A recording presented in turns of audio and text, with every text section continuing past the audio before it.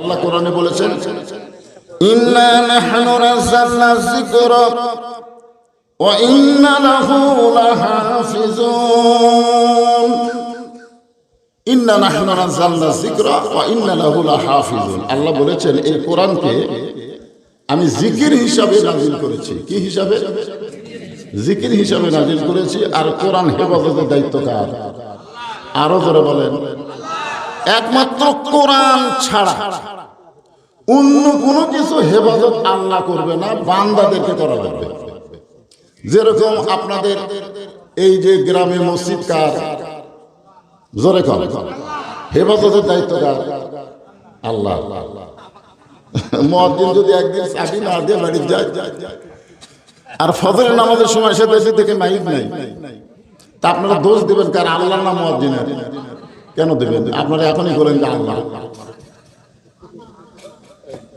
মসজিদ আল্লাহর ঘর, কিন্তু আল্লাহ হেফাজত করবে না, বান্দাদেরকে হেফাজত করা লাগবে। মাদ্রাসা নবীর ঘর, নবী হেফাজত করবে না, আপনাদের করা লাগবে।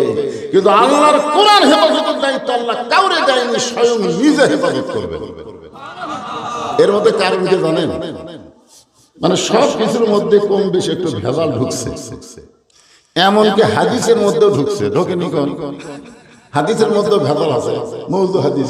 খালি শায়েখ আব্দুর রাজ্জাক বিন ইউসুফকে দাওয়াত দেন, দেখেন হাদিস কোনটা হাদিস কোনটা হাদিস না। এতদিন ধরে আমাদের হাদিস বোকাচ্ছে, এখন দেখুন হাদিস। তারপরে ওই যে মরহুম আব্দুল্লাহ জাহাঙ্গীর রহমতুল্লাহ আলাইহি, উনি একটা বই লিখছে হাদিসের নামে জালিয়াতি। মানে হাদিস তো লয়, হাদিস বলে কাম সাজতেছে। তার মানে বোঝা গেল হাদিসের মধ্যে ভেজাল কথা কয় না, সব কিছুর মধ্যে ভেজাল আছে, কিন্তু একটা কিতাবের মধ্যে ভেজাল নাই। তার নাম কি? যালিকাল কিতাব লা রাইবা ফীহি।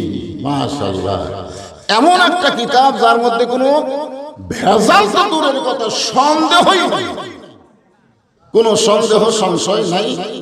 হুদাল লিল মুত্তাকিন, যারা মুত্তাকি হবে তাদের জন্য আল্লাহর কোরআন হেদায়েত দিয়ে দিবে। সুবহানাল্লাহ। তাহলে কোন জিকির করলে ইযা যুকিরাল্লাহু ওয়াজিলাত কুলুবুহুম, এটা কোন জিকির? যে জিকির করলে অন্তরের মধ্যে কম্পন সৃষ্টি হবে, এই জিকিরটার নাম বলা হচ্ছে আল্লাহর কোরআন। জোরে করে সুবহানাল্লাহ। এখন আল্লাহর কোরআন কেমন জিকির? আল্লাহর নবীকে হত্যা করার জন্য নাঙ্গা তরবারে হাতে নিয়েছিলেন হযরত ওমর। ভগ্নিপতির বাড়িতে কোরআনের তেলাওয়াত শুনলেন, অন্তরের মধ্যে কম্পন সৃষ্টি হলো। তরবারি নবীর কদমে জোড়া দিয়া ইমানের কলেমা গ্রহণ করলে। সুবহানাল্লাহ। দেখে ভগ্নিপতি বোন ফাতেমা কোরআন পড়তেছে, দরজার বাহির থেকে শুনছে, ভিতরে কম্পন সৃষ্টি হচ্ছে। আল্লাহ নবীর কাছে তরবারি জমা দিয়া তাকে হত্যা করবার গেছিল, তার পায়ের কাছে তরবারি জমা দিয়া ইমানের কলেমা গ্রহণ করলেন। কি কম্পন সৃষ্টি হচ্ছে! তোরে কর সুবহানাল্লাহ। হযরত ইমান গ্রহণ করার পরে এই কোরআন কেমন ভাবে গ্রহণ করলেন? এই কোরআনের কারণে আল্লাহ তাআলা তাকে অর্ধ পৃথিবীর খলিফা বানায় দিলে। ওমর ফারুক বুঝতে পারলেন যে কোরআন সাধারণ কোনো কিতাব না, যেই কোরআন ধরলে গোটা পৃথিবী ওই কোরআনওয়ালাদের পায়ের তলে আল্লাহ দিয়ে দেয়। জোরে কান সুবহানাল্লাহ। আজকে গোটা পৃথিবীতে সবচাইতে নির্যাতনের শিকার হলো মুসলমান। জোরে কান কথা ঠিক কিনা? বিশেষ করে ফিলিস্তিনের মুসলমানকে যে ইহুদি আর খ্রিস্টানরা হত্যা করতেছে, ওরা যে মানুষ এদের মনে হচ্ছে। আজকে পেপার পত্রিকা, ইউটিউব, ফেসবুক সব দিকে আমরা যা দেখতেছি, আহারে কি নির্যাতন, কি কষ্ট, কিভাবে হত্যা করা হচ্ছে। অথচ এই পৃথিবী একদিন মুসলমানের পায়ের তলে ছিল। জোরে কার কথা ঠিক কিনা? ওয়াইজা তুলিয়াত আলাইহিম আয়াতুহু যাদাতুহুম ঈমানা।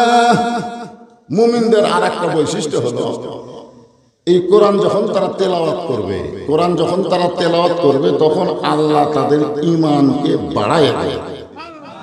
এখন আপনারা বলেন তো এটা কোন তেলাওয়াত? এটা কোরআন পড়ার নাম তেলাওয়াত না কোন তেলাওয়াত? অনেকে মনে করে কোরআন পড়াটাই হলে হাফেজারা যে হারে কোরআন সব পড়তেছে এটাই তেলাওয়াত। না, এটা তেলাওয়াত না। গিরিশচন্দ্র সেন কোরআন পড়িছে, কোরআনের বাংলা অর্থ লিখছে, আবার মরার সময় রাম রাম করে মরিছে। কোরআন পড়ার নাম কোরআন তেলাওয়াত না। কোরআন পড়তে হবে, কোরআন বুঝতে হবে, কোরআন মোতাবেক নিজের জীবন পরিচালনা করার সংকল্প করার নাম হলো তেলাওয়াত। আমার কথা কি বুঝলেন? কোরআন খালি পড়লে হবে না, কোরআন পড়তে হবে, কোরআন বুঝতে হবে, কোরআন মোতাবেক চলার জন্য যা করা দরকার, কোরআন বিজয়ের জন্য যা করা দরকার, প্রয়োজনে নিজের জীবন দিলে হলো দেওয়া লাগবে। জোরে কোন কথা ঠিক কিনা? হ্যাঁ, এই তেলাওয়াতটা কি এটা বোঝার জন্য হযরত ওমর সংক্ষিপ্ত ভাবে বলতেছি, ছদ্মবেশে মদিনার অলিগলি ঘুরতেছে শুধু আল্লাহর কোরআন তেলাওয়াত দেখার জন্য। জোরে কোন সুবহানাল্লাহ। আমরা কোরআন তেলাওয়াত শোনার জন্য আসি, যে কারি আসাদ কিভাবে কোরআন তেলাওয়াত করে এক টানে কত দূর পর্যন্ত পড়ে। ওরে বাবা রে, সেই তেলাওয়াত রে। গোটা পৃথিবীর মধ্যে কোরআন পড়ার দিক দিয়ে বাংলাদেশ ফার্স্ট। এই বছরও দুবাই যায় 56 কি 58টা দেশকে হারিয়ে বাংলাদেশের হাফেজ ফার্স্ট হয়েছে। সুবহানাল্লাহ। মানে এই দিক দিয়ে আমরা 1 নম্বরে আছি, কোরআন পড়ার দিক দিয়ে আমরা 1 নম্বর। আমাদের মতন কোরআনে যাক ছেলে কোরআন পড়লো, মনে হয় কোরআনের বাঁশি, কোরআনের পাখি, ঠিক কিনা বলেন? আর কোরআন পড়া শুনে তো আমারই অবস্থা খারাপ। এত সুন্দর কোরআন পড়লো, মাশাআল্লাহ।